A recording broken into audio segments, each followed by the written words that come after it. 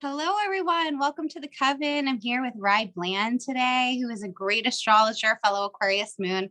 We've had quite a few Aquarius moons lately, right? I'm loving it. How are you doing today? I'm doing good. Thanks for having me on here. I'm really excited. Awesome. Well, today we're going to talk about planets, square the nodes, planets lost as at sea, as you call them. Why do you call them lost at sea? Could you explain that for us? Yeah, so because the way I look at the nodes, first off, it's a journey from one place to, one destination to the next in terms of, and we can see that in our life, right? And that's why I love working with the nodes because it's really like where you began, South Node, like how your life was oriented in the beginning. And we don't know where we're gonna go like throughout our life. We don't know how it's gonna end. We don't know what places we're gonna end up at. But what we do know, and we see this like just becoming an adult and everything, everyone has difficulties. Everyone has roadblocks. Everyone has like challenges that really test you in life. And and karmically, because I love working with like the karma with astrology. It's like stuff that predates or the life that we're living now. You know what I mean? Like you see that over and over, and you work with clients and you realize clients are like, I feel like this is like this hardship is ongoing for previous lives. I get that all the time. And you can feel it if you have skip steps. I call it skip steps, planet scoring the nodes. But Yeah. it's like lost at sea, planets lost at sea. Those hardships where you're like, it's really like if you can get over them or work with them and integrate them, then you can see your life completely transform. But if you can't get over them, then you do feel like you're just lost at sea. You're never gonna, be saved or find shelter or you know what I mean? So you can really Oh, feel destitute. yeah. I'm curious about this conversation because I like doing relationship consulting, and I noticed this come up. I've had personal experiences, I've had a lot of client experiences with this square, and I have some thoughts about it, things that maybe haven't been written about, just my own observations I think are interesting. I'm still we're both still new astrologers relatively. So these are just things that will be fun to explore throughout my years of being an astrologer because I have some theories on this. Yes. Um, it's so we'll get to that in a moment. Do you have planets personally that are square the nodes natally? Yeah, way If too. I work. Yeah, I got way too many. So I've got Mercury, Mars, Saturn, and and I gotta add the moon. But the thing is with the moon, and I don't do this for anything else except for the nodes, planets squaring the nodes and maybe trining or making a Ptolemaic aspect, I guess. I widen my orbs with the nodes because I see them as so paramount in the chart working with the nodes. You can just see it, you can draw it in. So a lot of people are gonna like be like, oh, that's absurd. Like I would never do that. But I will stretch my orbs like 10, 11, 12 degrees sometimes if it makes sense. I don't do that with anything else in the chart. But and I was the same way. I was like, that's absurd when I learned that method from Mark Jones. He's also an evolutionary astrologer.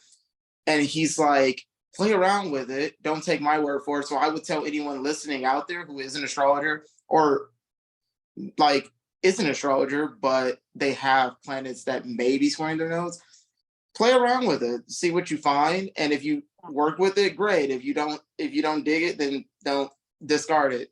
But yeah, technically, and for me, I would have four squares. I think that's my revolutionary or rebellious tip for you as an astrologer, guys. And there are I'm like, we're both Aquarius moons. I'm a plethora of Aquarius. So rules. Um, that's why I love doing these storytelling episodes more because you can read from a cookie cutter transit book and see that this transit's going to bring you something, but it's better to talk to somebody because you might find things that are surprising. Mhm. So my rule of thumb really is if you feel it, we're going to the symbolic, like, so if it means something to you, if it personalizes to you, if you feel something is like like even with Pluto, like with Pluto, they say it has to be within 2 degrees for it to be, an aspect. I'm going to tell you right now, I feel all my Pluto Yes. placement, regardless of, how big the orb is. So if you feel it, it's valid. And, yeah, so I don't know, I orb size, I think it gets a little bit trickier when we're doing synastry, I think, and things like that, because relationships need, I think, tighter orbs sometimes. But Yes. Yeah. does that make sense? I mean, this is just my running theory at this moment. I'm mutable Venus Mars, so like I could Yeah. change in the future. But I think if you feel it astrologically, it's real. So let's Mhm. talk about that a little bit more. So orb allowance in your realm of study, as wide as you feel. Is that accurate? For me, I got this Capricorn rising, so it's like I still like to There's work still, within some type of boundary. so yeah. so for Would you say me, 10 degrees then, like ish? I don't even like going to 10 with, again, like outside of working with the nodes. Mhm. I generally keep it between 6 to 8. Okay. At the most, I will stretch at the most 9, but that's only if it makes sense to me. Like if I'm already seeing a thing. Moon or something, right? Or if it's like, like a planet that travels kind of fast, I imagine, to have like a little bit more of a wider allowance as opposed to maybe like an outer planet or Jupiter or something. Yeah.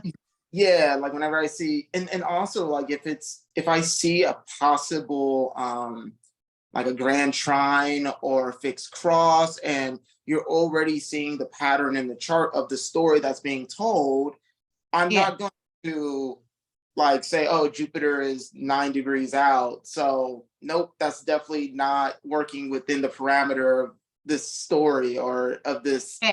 karmic thing that's going on. So I'll be like, no, that works. You can feel it. Like when you work and when you allow yourself to be emerged with the stuff that you're working with, it'll tell you instead of Yeah. you trying to tell it. And that's what I've learned so far, like in this astrological journey. So, but Love it. I do try to keep it within a certain orb range. So, Cool.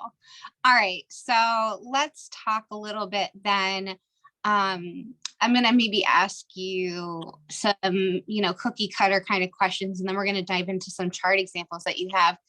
So yeah. like if, for example, Mercury was squared the nodes like it is for you, what kind of things might we expect as far as skip steps then in our life? Yeah. What, I mean, some good examples would be, just relearning things that, like, you have to learn things over again mentally. I've Mhm. seen that. Like, um, and it's like an obvious example would be having to redo semesters in school and having to do classes over again, and you failed one time and then you have to try again, or you have to go to summer school, and then like stuff like that. But also just learning lessons over and over again, and like you don't get it until you get it. You know what I mean? Yeah. Learning difficulties, like literal learning difficulties, that's another one. Yeah. um you know uh like if you have like if you're on the spectrum of autism, you know what I mean, like Yeah. that wouldn't be on the like that wouldn't be out of the realm of realism. You know what I Yeah. mean? I would especially think about it in terms of, if you're somebody who's maybe a millennial too, with like some sort of learning disability or neurodivergent, we're in a very unprecedented time where we can really, get some of our needs met, and have a general understanding of that, as opposed to maybe perhaps in a past life we were raised in like, and as new as like the 70s, like, imagine being neurodivergent in the 70s. There wasn't even like a word for that. People use the hard R word, for people who are mentally disabled. It was an insult. So, I think if you have Mercury maybe square the nodes and you do identify as like neurodivergent, like it's almost a gift in a way that Yeah. you get this opportunity. I mean, to kind of experience understanding your neurodiversity in a new way. That's an interesting concept. I like that as a reclamation of something really kind of difficult, and like Yeah. things as like positives when I can. So let's say it's the sun. Are these going to be lessons about checking the ego, lessons with the father, lessons with, I don't know, vitality and assertion? Yeah. One more thing with Mercury, just because I thought it was really important. Just another thing, and it kind of goes along with sometimes you see Chiron in the third or Chiron in Gemini too, is people needing to reclaim their voice with a Mercury skip step. And Yeah. people for whatever reason learning early in their childhood, or they pick it up, or they feel like they're ashamed of their voice and their thought processes, and they can't tell people how they what they think, so they just shut down mentally, and they don't, I can go to a whole thing, but I won't about that. Come back to it, but that's one of the biggest things. People staying quiet with that skip step and keeping it internal. I'm like, but they have all these ideas in their brain, and they need to share it with the world. So that's Yeah, Mercury. Um, oh interesting to think about. yeah, Um, so what about with Mars? If somebody has like Mars, is that like more assertion? Is that physical? What comes up with Mars square the nodes? okay, yeah. I'll do Mars and Sun because I didn't answer your Sun one too. But Oh yeah. Oh yeah. I'll do Sun and then Mars. I'm sorry. I'm like I went I went back and I'm trying to catch up again. So It's um, I'll do Sun and then Mars, I guess. What Sun? yeah. It's definitely like you said, that was really good. Ego checking, that's one, because like Yeah. you definitely see people with narcissism in the world, and that needs to be checked because that can completely run amok.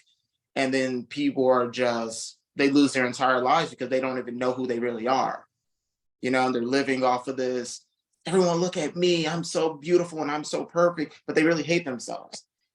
And then, what I mean? That's one thing. And also, allowing the light to shine on you. You know what I mean? With the sun, and not feeling like you need to hide.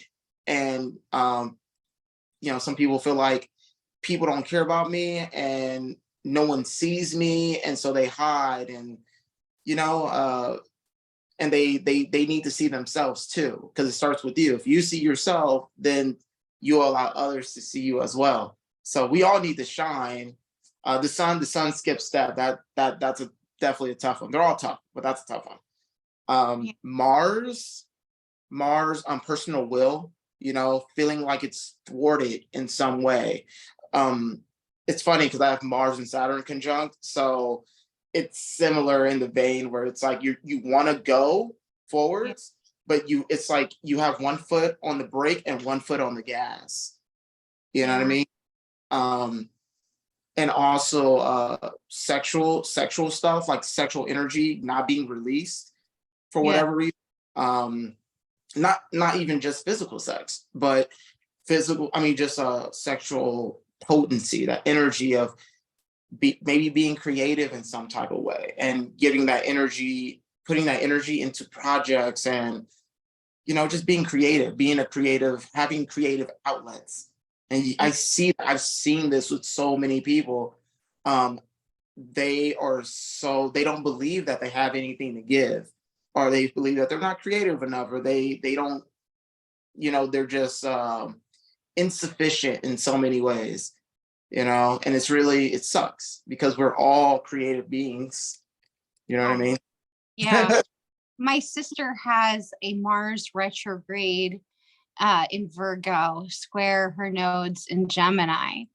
Mm, And it's in her North Node's in her 11th house. And my sister is a wonderful person, and she's been a strong advocate for families on the autism spectrum and, communication based needs, a resource coordinator. And she's helped families for like 30 years. And I've been trying to encourage her to write a book or do a podcast or something creative. Or, she acted when she was a teenager. She was in all the plays, the beautiful singing voice. And she's in her second Saturn return. So, a lot of life changes.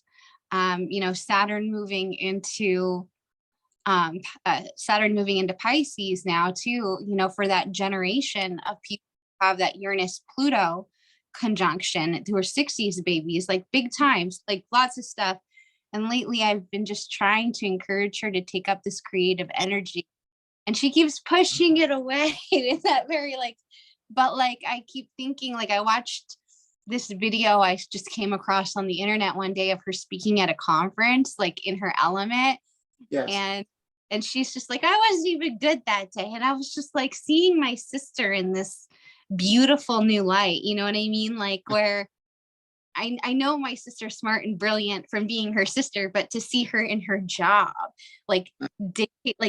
teaching a room, and she was funny and she had quips, and she's a Gemini moon, so she knows how to talk. Yeah. And so modest, but I'm like, girl, you are no, you should be in a film from the 60s. You are an actress, you can own a. So I see that in her a little bit too. It's interesting. Hopefully she'll get herself there. Yeah. I mean, yeah, if she keeps sticking with it and keeps doing that, that's definitely, you can see it. That's her calling. Has that whole she needs more audacity, who she has that whole who am I to do this kind of thing, at my age. And, I think if you have Mars, especially if it's retrograde and it's square the nodes, I feel audacity is something to learn, perhaps, right? Just assert yourself. Yeah, just do it. Don't think something crazy and about yourself, Yeah, I mean, it's Mars is funny because if we think too hard about anything, we're not gonna do it, or we're gonna overthink it, and we're gonna screw it up. If we just do it, then critique ourselves after we do it. You know what I mean? That's why it's that's why Aries is ruled by Mars. It's let's just do it first, and then I can learn my lessons after. So yeah. Learn from making mistakes. Okay, we talked about the sun. We didn't talk moon. What about the moon? What kind of lessons would that be? Family lessons with the mother, emotion? Yeah, I definitely see that. And also emotional issues, being emotionally withdrawn and not being able to connect with your emotions in a way that is natural for you. You know what I mean? Also with the mom issues is a big one. I have a chart example. One of the people I'm going to use later. Perfect example. It's really dark. Pull that. Which example did you want us to pull today? That's Edmund Kemper, and that's he. Guys, trigger warning. There's some serial killers up ahead. Yeah, I'm sorry, people. I'm really dark. I'm really dark, but we got a good one. We got a good person in there. It's not all serial killers, but most of them are evil, and I'm sorry for that. Fair warning. Yeah, so Edmund Kemper, he's got a moon. The moon square his nodes, and it's really, really tight. It's only 1 degree away. Moon in Leo in the 12th. For any of you watching, you can find that. And yeah, so it's squaring both of his nodes, North Node in Taurus, South Node in Scorpio. And so the thing about him was everything revolved around his mom, his hatred for his mom. So it's really crazy. He was killing women and couples and stuff. He was going on college campuses and he was hitchhiking, picking people up and then killing them. But it was mostly women. Oh, Are you still there? Yes, we got a little disconnected there. I'm so sorry. Oh, it's all good. Put this chart back on the screen. I'm so sorry about that. Oh no, it's Guys, fine. this is what happens sometimes when two Aquarius moons get together. It's too This much. it's too much electricity. We got Okay. electric problems. Yes. Okay, go ahead. I'm so sorry about that. So we have this on the screen now for everyone to see. This is Edward Kemper. Let's talk about him for a moment. Tell me a little bit about this guy. Should I continue or should I like start over? Oh, let's start over. Let's start over. Okay, cool. So Edmund Kemper, he's got the moon in Leo in the 12th. You can find that if you're watching. And the chart is up, obviously, if you're listening. Yeah, he's got moon in 12th in Leo, and that moon is squaring his north node in Taurus and his south node in Scorpio. And again, like, I know this is really dark and it's really grim, but it's just the perfect example, like when you're thinking about it on an extreme level. He was picking people up on college campuses, hitchhiking, women, mostly women, and he was killing them, you know what I mean? Pretending to be a cool guy, and then he would kill them. And then So issues with women, very moon related. very especially with Pluto sneaking up there too. Yep, not too far away. And the 12th house it's a naturally hidden house. And so, he was hiding this issue with his mom, this underlying issue with his mom. And the thing was, and this is what is different it separates him from other serial killers, is the fact that he took accountability for this whole thing. He said, I was killing people that shouldn't even have died. He was like, my whole issue was with my mom. My mom was she just beat him up in every form, psychologically, physically. And he was just so tormented by her. Eventually, he ended up killing her in the end. Yeah, I know, trigger warning again. But he realized, he said it on many documentaries. He said, he got to a point where he realized that he had to deal with his shit with his mom, and he had to just stop killing, because if he didn't deal with the stuff with his mom, he would never stop killing. So real dark side of not dealing with your squares to the nodes, guys. yeah, unfortunately, and again, I hope people don't think I'm crazy or anything, but I learned really on, early on, doing my studies, my chart studies and everything, that it's really good to see the extreme charts and analyze those, because if you can analyze the really, really extreme charts, all the other charts, not to say that they'll be easier, but you'll be able to see that's a potentiality. Not saying that everyone's going to be a killer, most people are going to be, but serial killers are the ones with the most trauma, and they shit on other people. But we all enact stuff on other people. We just don't kill people, and we don't go that far. Totally. Okay, so let's look at, you gave us Tony Robbins. I thought that was an interesting one. We're going to put that on the screen, guys. So Tony Robbins, for anyone who doesn't know, can you talk a little bit about Mr. Anthony Robbins, as he... Oh, wait, this is Gacy. Sorry, trigger warning. We're going to talk about Gacy too, guys. Yeah. Sorry, I'm just getting used to my new desk setup, guys. Thank you so much for everybody who is here on my coven. I got a new desk set up, and I'm so excited to have my first professional desk set up in a long time. Clearly, I am running into issues with my eyeballs, though, as happens at 40 during Pluto about to go into my 6th house. Okay, so we have Tony Robbins. Now, Tony Robbins is a motivational speaker. Talk to us a little bit more about his story. Yeah, so it's really funny. If I had to guess, I probably, like most people would guess, oh, what do you think his square to the node would be? And it's funny that it's Jupiter, because a lot of people think, they're like, Yeah, he's like a preacher. A lot of people, like, when they don't really know what he does, and traditional people, they're like, he just sounds like he's preaching to people all the time. But he's Yeah. got Jupiter in its home in Sagittarius, and it's in the third Well, house. he's about self-development. Self-development is higher purpose. It's spiritual learning too. If you think about it, like my brother used to have all of those cassette tapes when in the 80s. And like my brother's always been a very spiritual guy. He's an Orthodox Jew.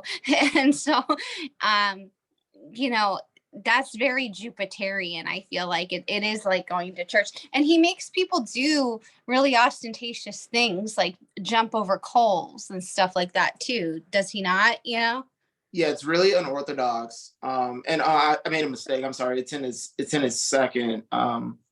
Jupiter's in his second, but it's coming close. Wait, let me see. Oh, it is in his third. I'm sorry.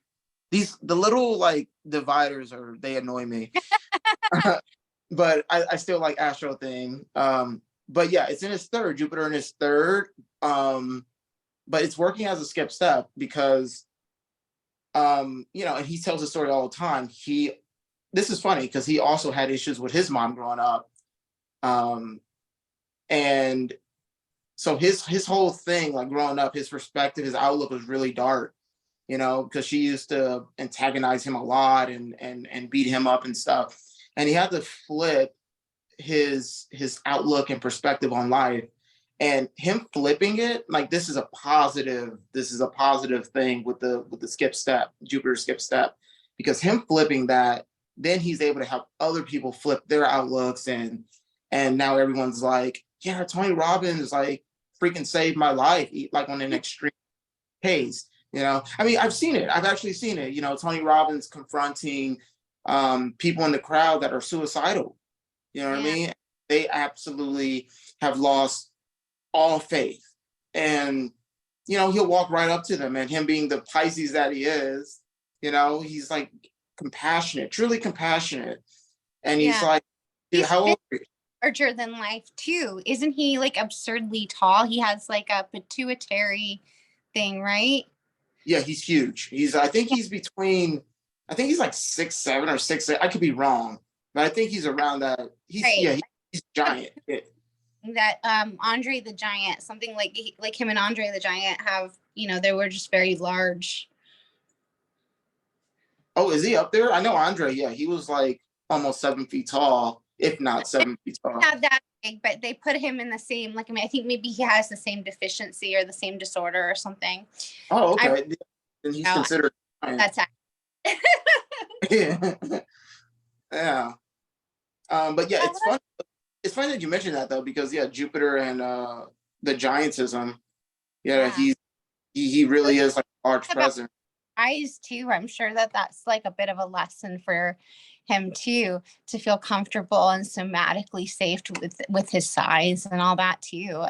I'm sure that that's a lot. Yeah.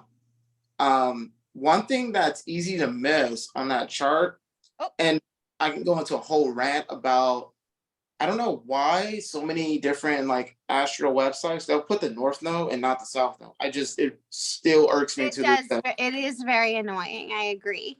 It's like, so how can you have one without the other? but he's got Mercury conjunct the South Node, and you can see the pattern with the third house and Mercury conjunct the South Node. And so you can see, like, he was meant to, be a speaker, like touching people's souls and stuff. Mercury and South Node being in Pisces in the sixth house, his nodes being on the axis of servitude. That's what I call the 6th and 12th, because that's what you're doing, being of service. And that's what he's doing. He's like, I am obsessed with serving people and making sure that people better their lives and better their outlooks. Jupiter, like that skip step, he found his way. He's not lost at sea anymore. So let's look at, we had some more charts. We have let's look at Charles Manson. Interesting person. There's a really great series that Karina Longworth did on her podcast. You Must Remember This. And it's a film podcast, and they really dive into the culture surrounding the reign of Charles Manson and the people who he was associated with, such as Terry Mulcher and, of course, the Wilson brothers and all those people as well, and how they even ended up at that house. So just if you fun fact, if you are a Charles Manson, I guess you wouldn't be an enthusiast. I don't know if anyone's enthused about him, but if you're interested in true crime, Oh, that's there's a good. definitely a lot of his groupies still around, unfortunately. Unfortunately, yeah. They talk about people that people have weird obsessions with. So let's talk about his nodal square. Where was he lost at sea?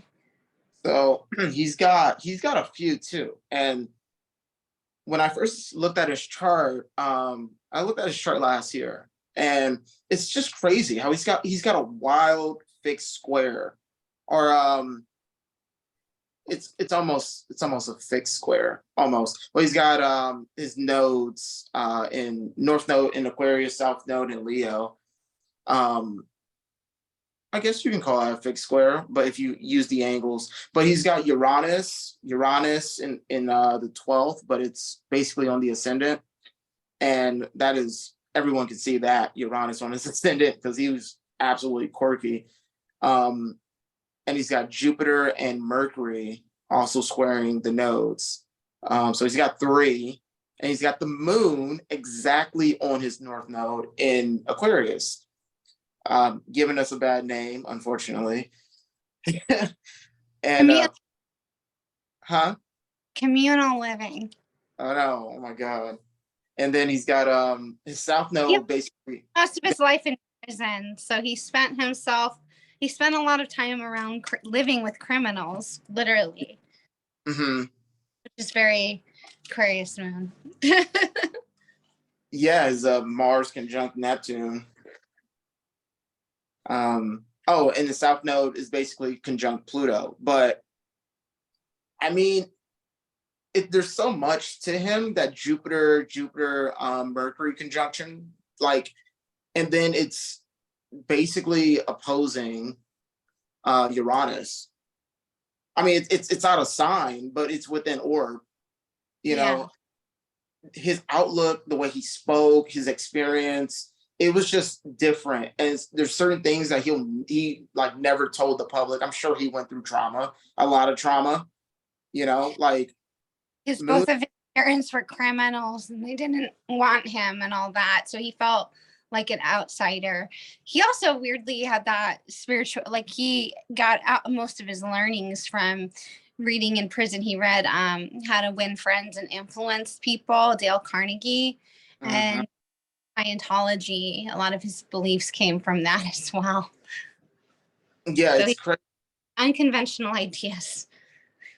Yeah, I mean, the crazy thing is like in a lot of these cases, like these people are not, they may come off as crazy, but they're definitely not stupid. They're actually like, if they really channel that energy towards positive stuff, they'd be on the level possibly of Elon Musk.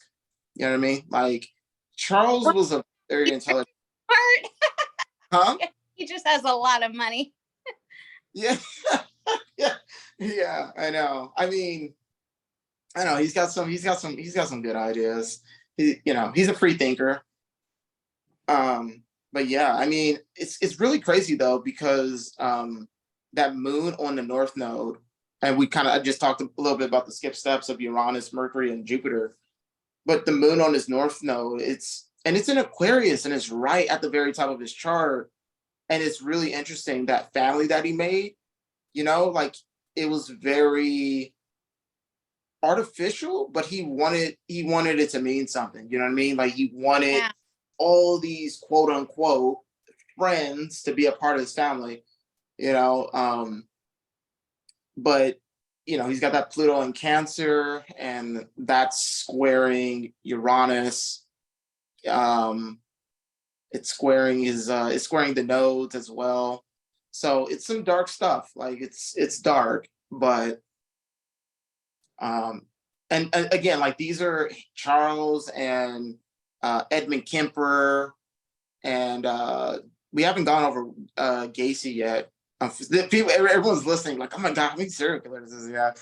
But it's just dark. It's dark, but that's the point of it. I'm using extreme charts to show that sometimes you either go one way or you go the other. You know, like Tony Robbins, he went in a way that he's helping so many different people in life, and then you get these other dark people, and they're literally stuck at sea, but they bring other people into the sea, and they just drown other people. So Yeah. So we looked at Kemper already. We looked at, who was the last one we wanted to look at? um We looked at Manson. We looked at Tony Robbins. We looked at, yeah, so we want to look at Gacy. You wanted to look at Gacy. you can, yeah, I had Gacy and Jim Jones, either one. Let's do Gacy. I have that one up right now. Okay. So And then yeah, you have some good examples after this too. So yeah. We're going to talk about Sinistry next. yeah. So with Gacy, what's his story? So yeah, Gacy was everyone knows him as the killer clown. He, and the crazy backstory about him is that you know, he was someone that was for the most part beloved in the community. People trusted him. You know, he was like a clown, and this is before he started killing people and stuff. But like the community, like police officers and everyone, they never would have thought that he would have went in a dark direction. Like he had a way of influencing people, which is really interesting because he's got Mars, Jupiter, and Gemini in the seventh. So he had that power of identifying with other people in a way that, they felt comfortable. Jupiter, especially with Jupiter in the seventh.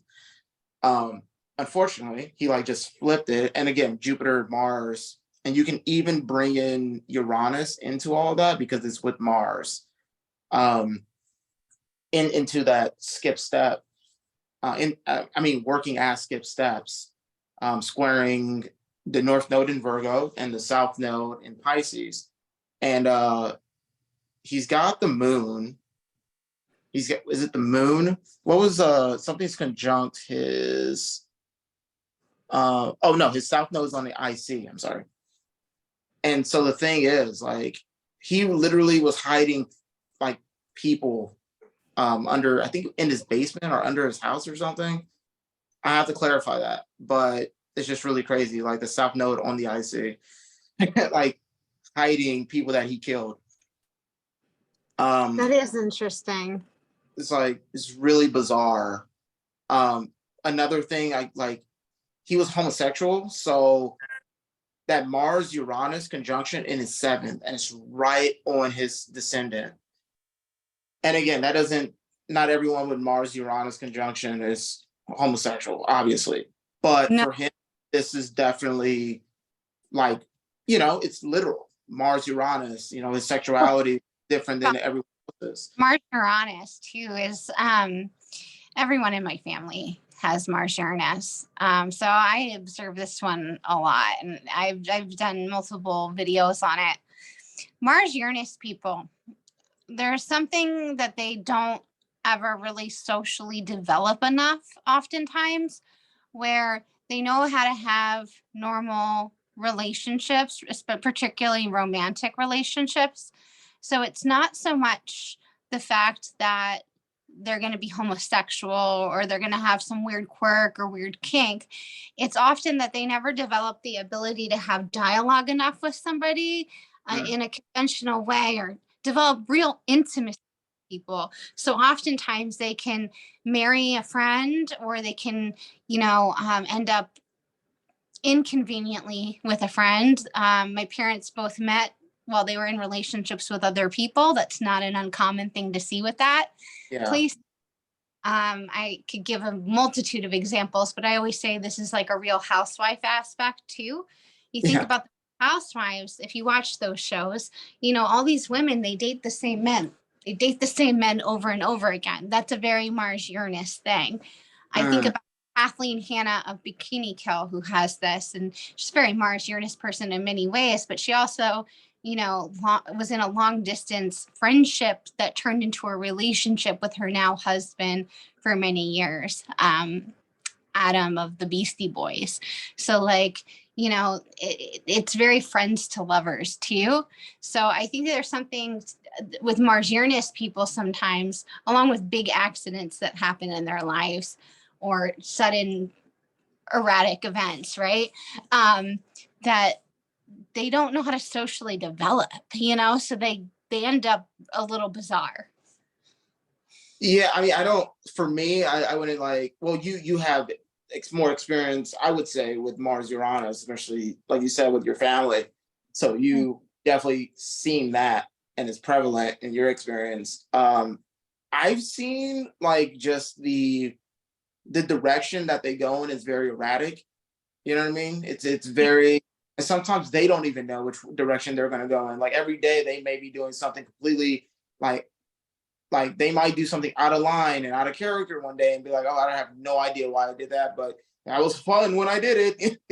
Like very spontaneous.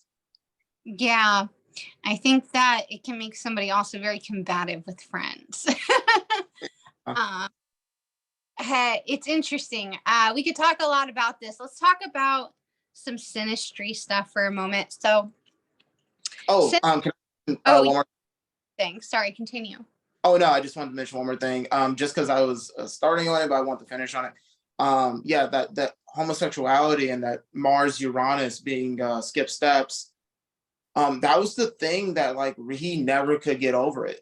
Like he never could accept it, and he was killing because he could never accept his homosexuality. That was like the biggest thing. Plus, he had family issues, obviously, but um, yeah, it's just, I mean, just on a few of the examples that I showed, just with the skip steps, it can really work as nails in your own coffin, or again, they can really elevate you. You can use them as things that you can get over and allow them to elevate you, and then you can help others to elevate. So I'm sorry, people. I'm just sorry for my chart examples. Most of them are really dark, but I'm happy that I was able to squeeze in Tony Robbins. Yeah. Hopefully, there's some true crime enthusiasts today Oh who yeah, are. they'll absolutely love Um, me. okay, so now we're going to talk a little bit about synastry for the last few minutes. So with synastry, I have so much to say. This could be a whole topic another day, where we dive a little bit deeper. If you guys are interested, let me know. But with synastry, I notice, a variety of different things. Of course, these signs that these are all taking place in are going to really give more keys to the story. I do have some examples, but I do notice something recently that because we share so many degrees in our charts with our family members, our ancestors, and that's something I'm just really interested in. I started to notice how many of these missteps that would come up for me in my own practice that matched degrees in my grandparents or great grandparents or other extended ancestors' charts. And I can't help but wonder, are these skip steps ancestral lessons? So I thought that was an interesting finding that I kind of started to realize. I'm going to show some examples of my own charts in synastry. I have two today. Yeah. We'll dive deeper if you guys want to. Okay, so in this first chart, this is somebody that I grew up with. Was a very dear friend to me growing up. And we definitely had that very opposites attract energy. As you can see, we both have Mars, Venus conjunctions and oppositions to each other. We have that Jupiter Uranus conjunction together. We have a number of conjunctions together, but we also have my Venus square the nodes, as you can see. Are you outside or inside? I'm the Aquarius. They're Scorpio. Oh, okay. Well, I'm trying to see who's inside the circle and who's outside. Let me see if I can find. Yeah, so you're inside the circle.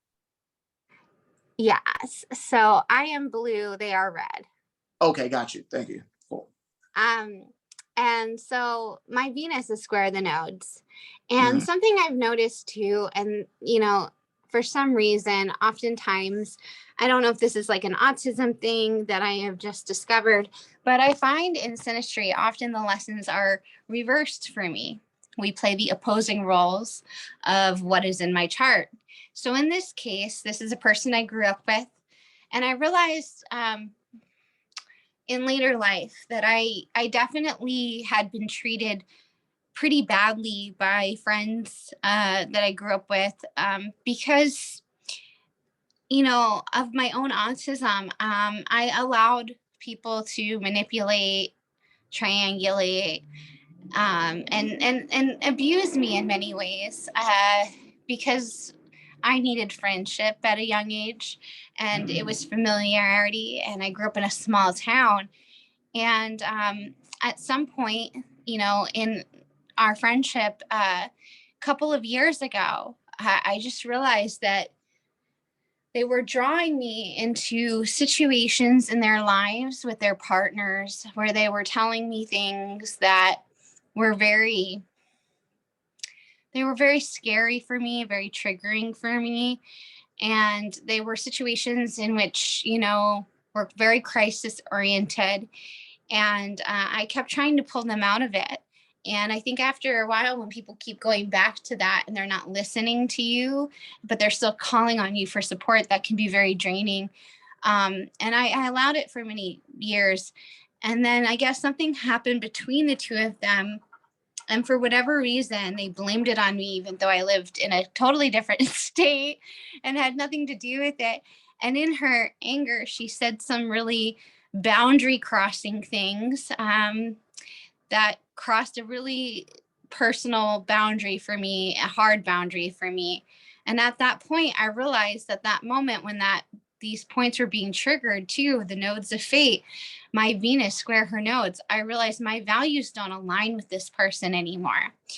Mm. And it was very hard to end that friendship, but I did. And they did apologize to me, and I never responded because that boundary was crossed in a pretty big way. It's not something I could ever forgive. It's something I just wanted to, or want to happen again. And I didn't trust that it wouldn't happen again. And then I came to find out that 95% of what they had been telling me for the last 10 years was not the truth. And that felt like an even bigger betrayal, that I had spent a decade believing this person that these things happen that never happened.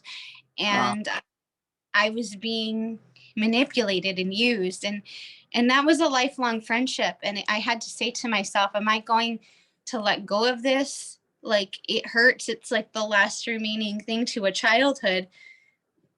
But at the same time, this person and I didn't have a very honest relationship. And so I had to make the decision to not accept that anymore.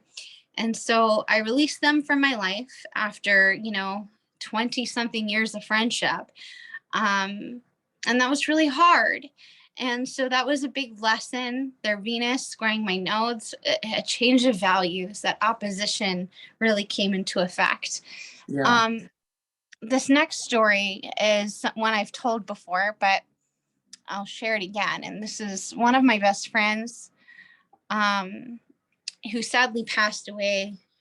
And just our relationship defied everything. It changed everything for me. But most interestingly, all those planets, especially her Mercury squaring my nodes. And something I've noticed with my node is each one of my nodal conjunctions have corresponded with suicides in my life. And the last one being my sister's suicide. And I've struggled with thoughts of suicide my whole life.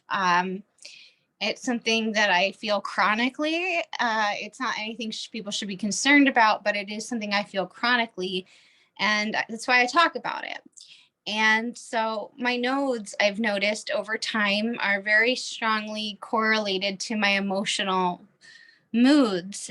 And when things transit over my North Node, often is when I feel very suicidal. I've noticed the degree of my North Node in the charts of many people who've struggled with suicidal thoughts or have committed suicide themselves. I don't think it's a tainted degree, but I do think that there's some interesting thoughts within the Sabian symbol of my North Node, feeling like it's related to the Titanic story and sinking ships and North Stars and feeling cold. And I think that that's also interesting because I share a North Node with Courtney Love, who is famously the, most famous survivor of a suicide, and had to learn how to move on from that. So this person came into my life, and they were the first person I ever told that I felt that way, that felt the same way at times. And they did the exact thing that I needed them to do. And we had a lot of crisis moments that we came into together as friends before her passing. But her words and her friendship is really something that not only changed my life and the trajectory of my life and the fate of my life, but it's largely why I'm still here. And even though she's not here anymore, it's her words that I come back to over and over and over again when I feel those moments.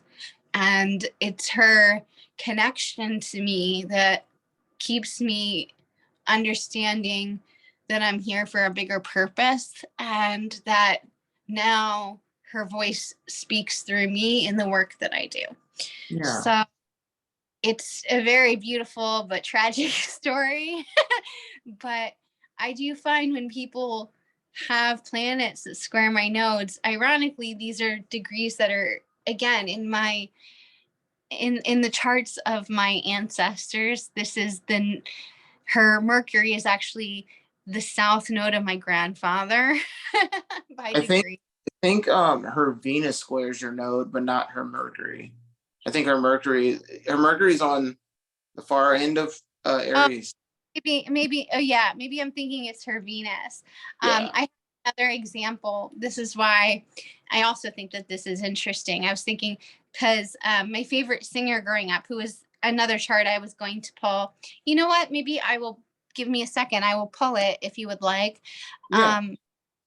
But here, let's pull this real quick. This was the third thing. I didn't know if we would have time because we're almost at that hour, but let's pull it up before I have to go.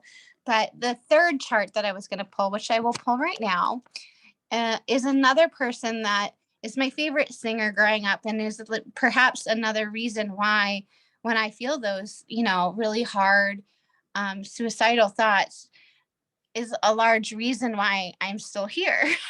And Yeah. he has his Mercury at the same degree as her Venus. So that's why I confused them, because I knew one of that. It's the same degree. Isn't that wild? Let me see. Oh, yeah. Oh, wow. Yeah. So, these are the things that kept me alive, especially during those hard years where I really didn't want to be here. And that nodal return after my sister passed, I was just like, I want to go now too. Thank you. Peace. But I rediscovered, music that kept me alive when I was younger, when it was harder. And I rediscovered the words and the art of my friend that passed away. And I revisit them in those moments. And I do spell work, and, I connect with her on the astral realm, and we have this very sacred connection. And I do think that these people come into your life for a reason, So maybe they're blessings from, in my case, my ancestors. Yeah. Yeah. That's good. Really think about if you have people in your life that you have synastry with, it's not uncommon for us to share degrees with ancestors anyway, because there's an ancestral story. So just let me know if you discover something like that. Maybe your grandfather's south node is connected to a story in your own life. Yeah, and that's that's cool though. I mean, like with the charts that you just showed, because it's really cool because you showed like the first one that you showed how that just like was a shock to the system because like you were saying that was something that you had to cut off. But look at the learning lessons that you got from it. I mean, it's unfortunate, but you needed to have it. And then the last two were two people that really inspired you. But one of them, unfortunately, they're not here anymore. But still, like they left a tremendous impact on you. So like that's really awesome too. So Yes, that Venus. So her Venus is square my nodes. I was thinking Mercury because it's the singer's Mercury, but it's the same degree. So there you go. yeah, yeah, yeah. Those are great examples though. Yeah. So squaring the nodes, planets lost at sea. We'll have to have you back to talk about this more. Maybe next time we'll have some more upbeat examples. We'll find some victory. But Yeah. thank you so much for sharing your time with us today and these stories and things to consider or think about. Do you do readings for things square the nodes? Like, do you have a square the nodes reading or? Um, I mean, the funny thing is I don't have it like particularly for that, but it's so many people have it, and so I always bring it up in consultations that like because it's something that people are always vocalizing even before I even bring it up. So it's something that we just can't get around. It's something that's very evident. So yeah. All right. Well, where can we find you? Give out your info.